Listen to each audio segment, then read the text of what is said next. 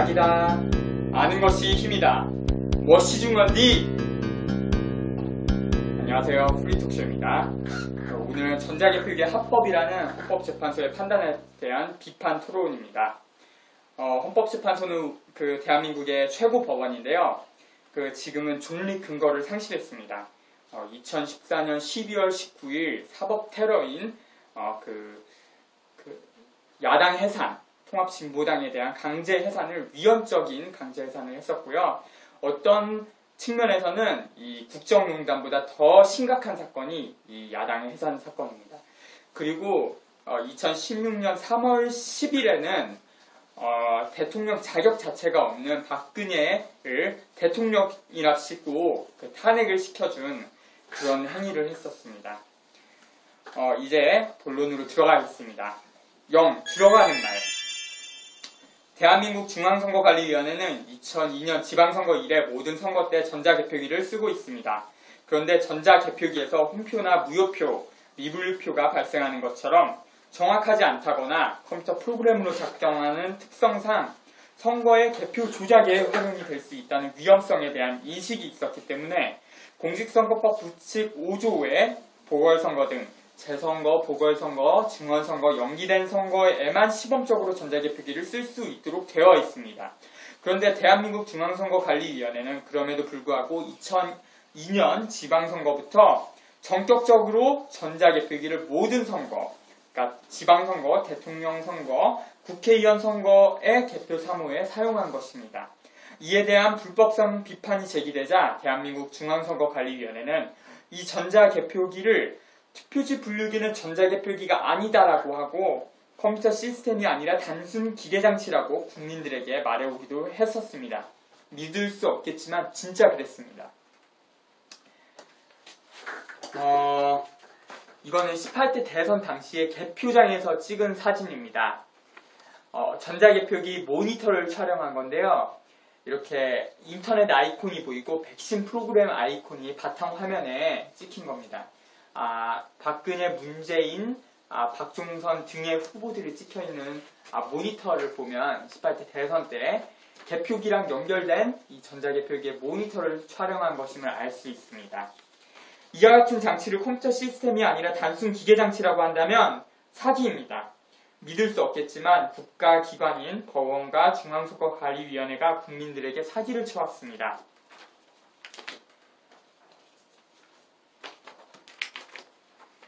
투표지 분류기는 전자개표기가 아닙니다 하고 이렇게 사기를 쳐왔던 겁니다.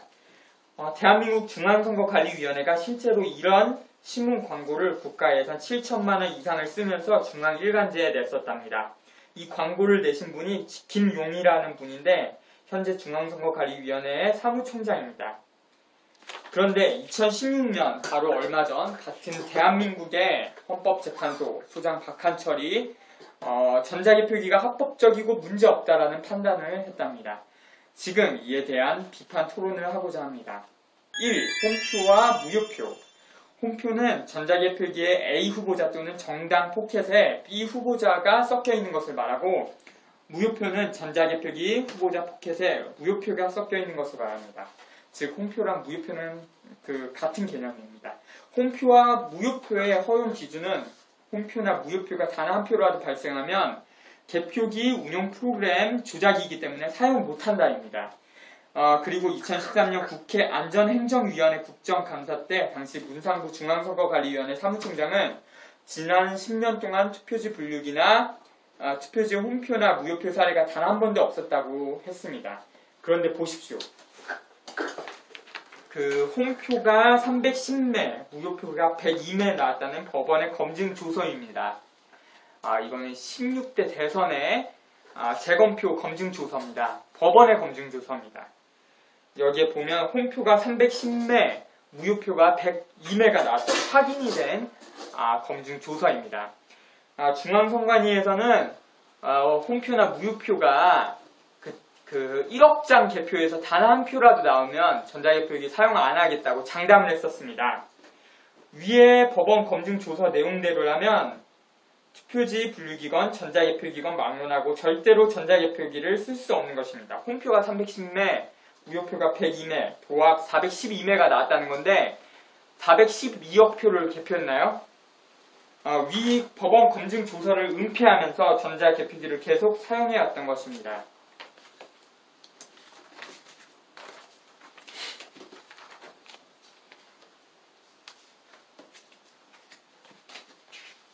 어, 2013년 국회 안전행정위원회 중앙선거관리위원회 국정감사 때 통합진보당 이상규 의원이 전자개표기 홍표 의혹을 폭로하자 중앙선거관리위원회는 비공개 투표지 이미지 검증, 선거 무효소송 재판 중인 공문 열람 사용은 재판 규정 위반입니다.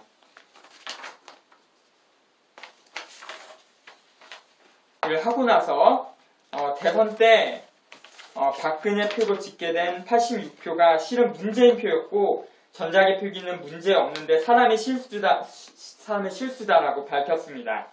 그러나 수사나 재검표를 하지 않은 이상은 이것을 정확히 말하면 원인 불명인 것입니다.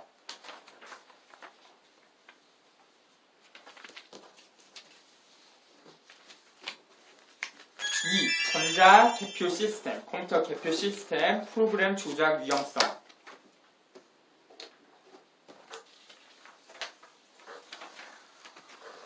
이것은 18대 대선 때 개표 그래프입니다.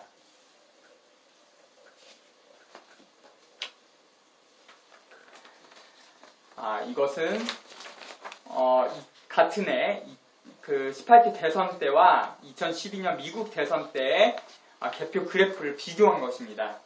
18대 대선 개표 그래프는 이렇게 평행하는 쌍곡선으로 나옵니다. 그 자신을 수학 전공자라고 수학자라고 김현이라고 밝힌 분의 제보에 의하면 18대 대선의 개표 그래프 모양은 개표 그래프라기보다는 카이 제곱 함수 그래프 같다. 이런 모양은 수학을 전공한 사람이라면 누구나 알 수 있다라고 했습니다. 그래프 끝부분을 보면 어느 시점부터 일자 모양으로 갑니다. 실제로 박근혜 득표율이 51.63%가 된 개표율 93.6% 시점부터는 108만 표 차가 끝까지 계속 유지가 됩니다. 그 시점부터는 오히려 문재인 표가 박근혜 표보다 더 많이 나오기도 했는데 이것을 김어준의 파파이스에서는 연어 현상이라고 하기도 했습니다. 3. 미분류표.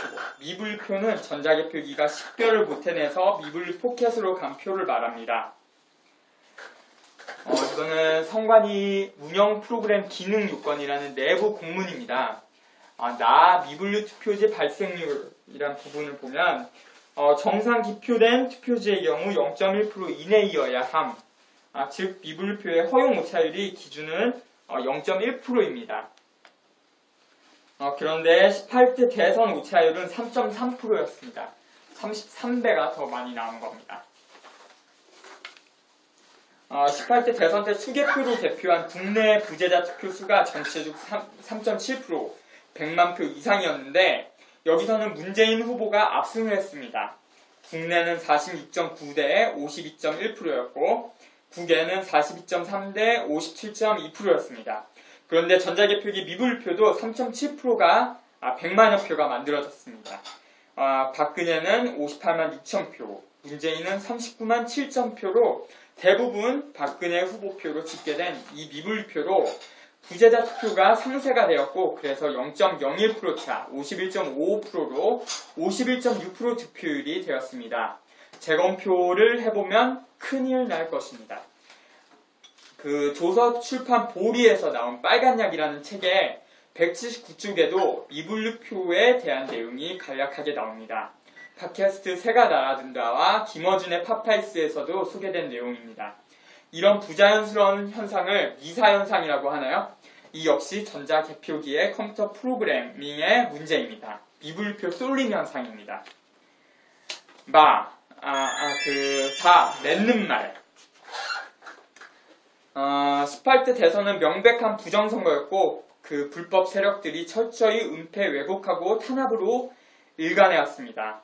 이것은 곧 현대 부정선거의 역사를 조작한 것입니다. 대한민국은 법치국가가 완전히 무너진 무정부 상태입니다. 20대 총선을 앞두고 이 사건이 국민들의 입에 오르내리지 않고는 희망이 없습니다. 지금 현재 전자 개표 시스템의 컴퓨터 개표 시스템에 대한 불신 수준은 심각한 수준입니다. 지금과 같은 수준의 불신이라면 전자개표기 사용을 전면 보이콧하는 것이 정상적인 사회입니다. 그럼에도 전자개표기 사용을 고집하는 이유는 전자개표기가 부정선거에 필요하기 때문이라고 간주할 수밖에 없는 것입니다. 이 독재 정권의 법원은 전자개표기가 합법이고 아무 문제 없다라고 합니다. 그러니까 합법적으로 규제하겠다는 것입니다. 심각한 문제를 부여합니다. 고맙습니다. 고맙습니다.